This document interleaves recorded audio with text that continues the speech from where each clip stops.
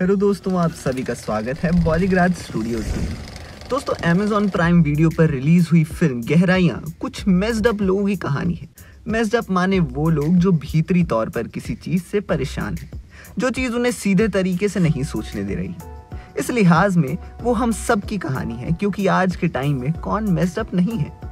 गहराइयाँ की कहानी है बेसिकली 4 लोगों के बारे में, अलीशा, टिया, ज़ेन और करण। अलीशा और टिया कजन्स हैं। अलीशा और करण 6 सालों से रिलेशनशिप में हैं। टिया अपने मंगेतर ज़ेन के साथ इंडिया आती है। वो मुंबई से अलीबाग जाने वाले यॉट पर अपने मंगेतर को अलीशा और करण से मिलवाती है। ये चारों लोग अलीबाग में काफी समय साथ में बिताते हैं। इस दौरान अलीशा और ज़ेन एक दूसरे के प्रति अट्रैक्ट हो जाते हैं। यहाँ से ये कहानी कॉम्प्लिकेट होनी शुरू होती है।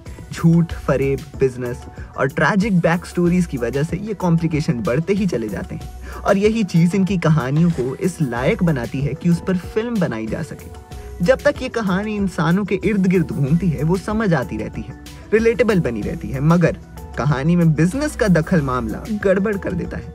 मगर पंगा ये है कि उस बिजनेस को भी इंसान ही चला रहे हैं। इस कहानी में कॉन्ट्राडिक्शन है, मगर जो उस फिल्म को देख रहा है वो भी इंसान है, तो वो उन कॉन्ट्राडिक्शंस का तोड़ निकाल रहा है। गहराइयाँ एक एडल्ट फिल्म है। एडल्ट से हमारा मतलब उम्र या अश्लीलता नहीं, मैच्योरिटी से है। ये फिल्म उन लोगों के लिए है जो समझदार हैं। समझदार यानी जो कुछ समझते हैं और बहुत कुछ समझाना चाहते हैं, जो प्रेम के घिसे पिटे कॉन्सेप्ट्स में यकीन नहीं रखते।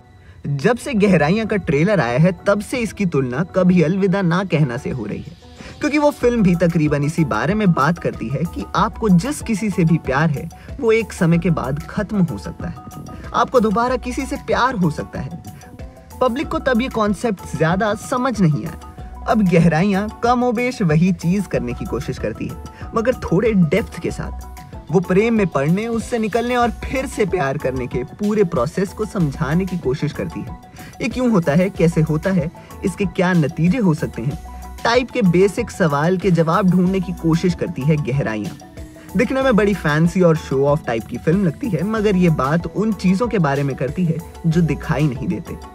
रिलेशनशिप्स, उन्हें बनाए बचाए रखने की बेशुमार कोशिशें, उस कोशिश में बोले जाने वाले झूठ, छुपाए जाने वाले सच और तमाम तरह के फर्जी वादे। कमाल की बात ये कि आप इन सब चीजों से किसी ना किसी लेवल पर रिलेट करते हैं, मगर जिस तरह से इस फिल्म की कहानी पैन आउट होती है वो काफी अनरियल और फिल्मी लगता है। अगर आप इस कहानी को समझने की कोशिश करेंगे तो बहुत सारे लूप होल्स और ऐसे सवाल पाएंगे जिनके जवाब ये फिल्म नहीं देती, क्योंकि फिल्म को लगता है कि कॉम्प्लिकेटेड होना इसकी यूएसपी है और इससे काम चल जाएगा, मगर ऐसा नहीं हो पाता। गहराइयाँ की खास बात यह है कि वो आज के टाइम में आज के लोगों की कहानी दिखा रही है।